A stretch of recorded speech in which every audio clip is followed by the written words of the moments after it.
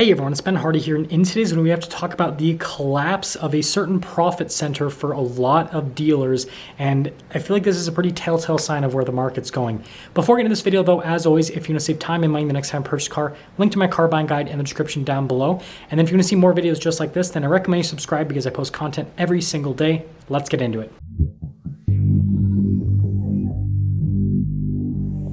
First off, let's quickly talk about where dealerships actually make their money. One way that a dealership can make money is by simply marking up a vehicle, right? They pay a certain amount of money for a vehicle, then they sell it for more than what they paid for it, and the in-between number is profit, and that's one way for them to make money.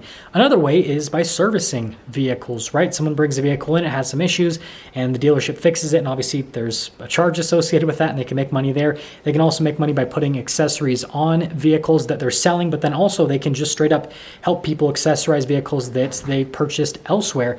And then another place that dealerships can make money is in the financing department by selling warranties and other extended service contracts. And this is where dealerships are starting to falter. For me to properly explain why this area of the dealership model is starting to falter, I need to talk about these different products. So first off, you have extended warranties, everyone's favorite thing. So manufacturers obviously have a warranty on a vehicle from brand new, but that warranty is limited. So a lot of companies have capitalized on the fact that manufacturer warranties don't last forever. And so they offer extended coverage that is supposed to cover all the things that the manufacturer covered and some more. But in reality, the coverage is actually pretty weak typically. So always read the fine print so you know exactly what you're getting yourself into.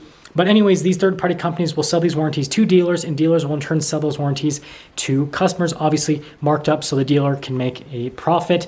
And so it's kind of this thing where, you know, obviously the warranty company is making some money and the dealer is making some money. So it's a good deal for at least those two parties. And then you just have other extended service contracts in general. And you guys have probably heard of all these, where a dealership will sell you some oil changes with the vehicle. And then, you know, maybe they'll sell like an interior care kit and, you know, maybe paintless dent repair. There's so many different products.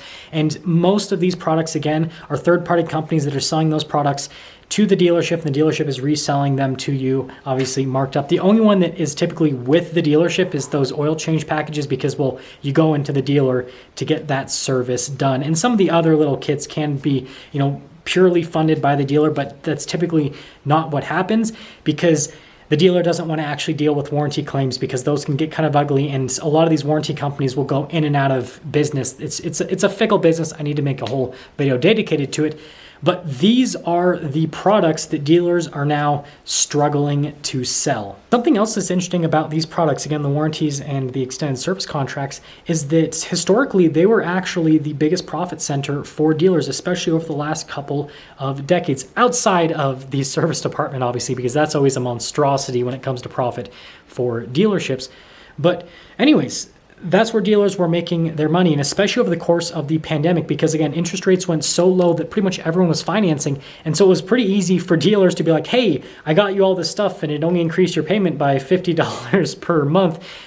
Don't look at the contract that says that it's going to cost you $10,000, $20,000 more for the vehicle. Don't worry, $50 more per month, right? And so that's what was happening over the course of the pandemic. And so dealers were actually making even more money off of these products. But then over the last few months, these profits have been dwindling, and now they're getting down to the point where they're dangerously low, dare I say. So what's been happening is the take rate on these products has decreased by a significant amount. And on top of that, the markup with these products has also decreased by a significant amount.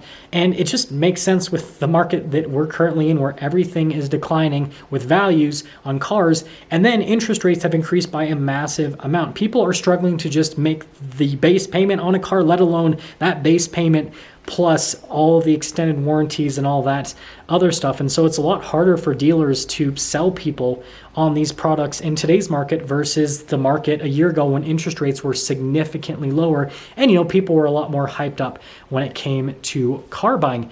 But another thing that's been happening is a lot of dealers have been having a lot more cash buyers over the last few months compared to what they normally have historically. There are some dealers that are literally having more than 50% of their transactions happen with cash, which is way out of the norm. When I worked in the car business from 2017 to 2020, it was very rare for us to see a cash buyer. It was sometimes like less than 5% of our total deals. And if it went above that, it was like, what the heck is happening? And so with some of these dealers having so many cash buyers, it's really throwing them off. And it's obviously a lot more difficult for a dealer to sell a cash buyer on an extended warranty plan rather than someone who's financing, because with a cash buyer, you have to tell them how much cash this extended program is, right? You got to be like, oh, well, I marked it up a bunch and, well, these oil changes for 3 years are $10,000, right?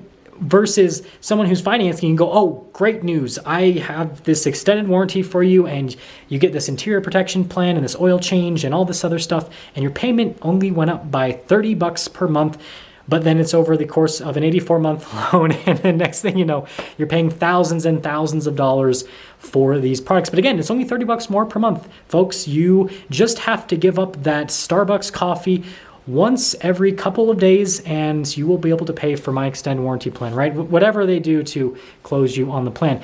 But the point that I'm trying to make here is, again, it's a lot harder for dealers to sell these plans when interest rates are really high. People are struggling to afford cars if they're financing, and cash buyers, well, they aren't having it. They're not going to pay the crazy markups that these dealers want on these products. And then something else that I almost forgot to mention is the fact that people are just more educated today than they were during the course of the pandemic and obviously prior to the pandemic. I mean, there are so many more resources to help you out with purchasing a car. A really good example is Your Alliance Advocate. I think that channel started about 2 or 3 years ago, and it's a channel that is literally dedicated to talking about all of the stuff that dealers do that is scummy and that you should avoid. And the channel, as of me filming this video, has like 40 or 50 million views or something like that. And that's a lot of views. That's a lot of people that now know about dealership processes that probably didn't know about dealership processes in the past. And so this is something else that is obviously making it harder for dealers to sell these extended service contracts and these warranties. In terms of what this means for the market and how you can use this information to help you out, well, first off, on the market side of things, this just shows what's happening. The market's in decline. And so obviously profits are going to decline in every single avenue with dealers because, well, people just have less money to spend. And again, like I said with the last point, they're more educated, so they're just going to be careful with where they spend their money. And with how you can use this to help you out as a buyer, I think it's pretty obvious. Do your research. Be as educated as you possibly can, not just on the vehicle that you're purchasing, but also on the dealership process. And that's how you will put yourself in a situation where you won't be taken advantage of. And I think that's, the most important part. Now, I do want to finish this video with saying that I am not anti-warranty or anti-dealership products, because I happen to have warranties and dealership products on all of my vehicles. And this isn't me trying to pitch this to you guys and say, hey, this is something you have to get.